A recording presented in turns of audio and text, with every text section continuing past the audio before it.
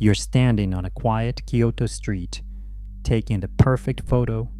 You're being polite, you're smiling, and a local walks past, glances at you, and quietly sighs. You didn't break a law. There's no sign.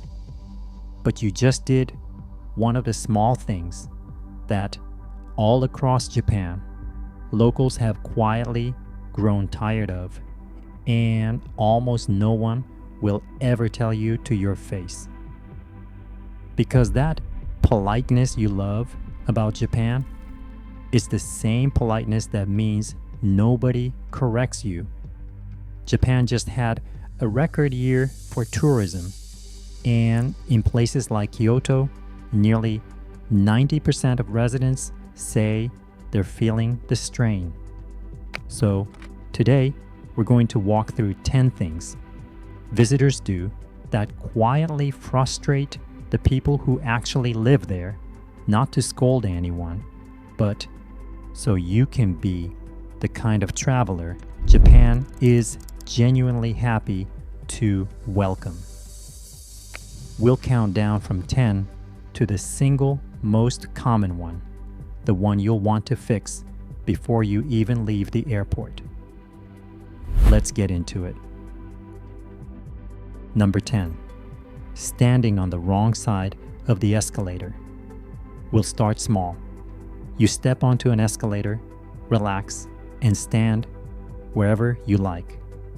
In Japan, there's an unspoken lane. In Tokyo, you stand on the left and leave the right side open for people walking. In Osaka, it flips to the right. Locals commuting to work rely on that open lane to keep moving. Block it without realizing, and you'll rarely hear a word, just a small pileup of people quietly waiting behind you. The fix is easy. Pick a side, stand single file, and leave the walking lane clear. It's the kind of tiny awareness that instantly marks you as a considerate visitor. Number 9. Spreading out your luggage. Here's one almost every traveler does by accident. You're in a busy station or a narrow shop. You set your suitcase down beside you, maybe stop to check your phone, and without meaning to, you've blocked a passageway that dozens of people are trying to move through. In Japan, keeping the flow of people moving is almost a shared responsibility, and blocking it, even briefly, even kindly, reads as inconsiderate. Locals notice luggage left across busy walkways more than almost anything. What to do instead? Pull your bag in tight against you, step fully to the side before you stop, and stay aware of the current of people around you. Think of it as never damming the river. Still with me? Good, because the next few are the ones that actually get under people's skin. Number 8. Being loud on the train. Step onto a Japanese train and you'll notice something almost startling. It's quiet. Dozens of people, sometimes near silence. Trains are treated as a shared space to rest and decompress. So people keep their voices low and switch phones to silent, what's called manea, mudo, manner mode. So when a group of visitors boards talking and laughing at full volume or takes a phone call on speaker, it doesn't just feel loud, breaks an unspoken agreement everyone else is honoring. It's near the very top of the list of behaviors locals name as most grating. The fix: keep your voice to a low murmur on trains and never take calls. Match the quiet and you disappear into it. Number 7. Eating while walking. You grab a snack from a stall and naturally start eating as you wander. In much of Japan, that's quietly frowned upon, is called ta beharuki, eating while walking, and it's seen as both messy and a little disrespectful to the food and the space around you. The concern is partly practical: dripped sauce, dropped wrappers, bumping into people, and partly about presence. Food is meant to be enjoyed, not rushed through mid-stride. In some tourist-heavy districts, it's now openly discouraged with signs. What to do instead: step to the side, eat near the stall you bought from, and finish before you move on.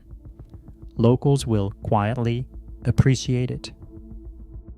Number 6. Letting your group crowd a small shop. Here's a subtle one. You walk into a small shop or a tiny restaurant, many of which seat only a handful of people in Japan, bringing your whole group with you, spreading out, handling items, and talking across the room. In a space that small, often run by a single owner, a large, loud group can overwhelm the entire place. It's not that you're unwelcome, it's that Japanese small businesses are built around a calm, orderly pace. What to do instead? In small shops, keep your group tight and your voices low. Handle only what you intend to buy. And be patient. The smaller the space, the softer your footprint should be. We're halfway. From here, these move from mildly annoying to the things that genuinely upset residents. Number 5. Ignoring the line. Japan runs on orderly lines for trains, for shops, for buses. People queue precisely, wait their turn, and trust that everyone else will too. So, when a visitor drifts to the front, merges out of a turn, or treats a queue as a loose suggestion, it doesn't just annoy one person, it breaks the trust the whole system depends on. In Kyoto, one of residents' top complaints is tourists crowding and jumping the queues for the very city buses locals need to get to work and school. The fix is simple and universal. Find the end of the line, wait your turn, and never assume the rules are looser for visitors. Patience here is a form of respect. Number 4. Taking photos of people without asking. This is where it gets personal. You see someone in beautiful traditional dress, perhaps a geisha in Kyoto, and you lift your camera, but pointing a lens at a stranger, following them, or blocking their path for a photo is deeply uncomfortable, and in Japan, it's now more than just rude. In Kyoto's Gion district, the geisha complained of being chased and harassed by photo-seeking tourists, so the city closed off the private alleys entirely and set fines of up to 10,000 yen for unauthorized photos. That's how serious it became. The rule to live by: never photograph a person, especially a geisha, a shopkeeper, or a child, without clear permission, and never step into private lanes for a shot. Photograph the scenery freely. Treat people as people, not attractions. Number 3. Trespassing for the perfect shot. Closely tied to that, and rising fast on residents' list of frustrations, is wandering somewhere you shouldn't for a photo. Stepping into a private garden, a residential doorway, onto someone's property, or onto train tracks and roads to line up a dramatic image. This one crosses from rude into genuinely harmful.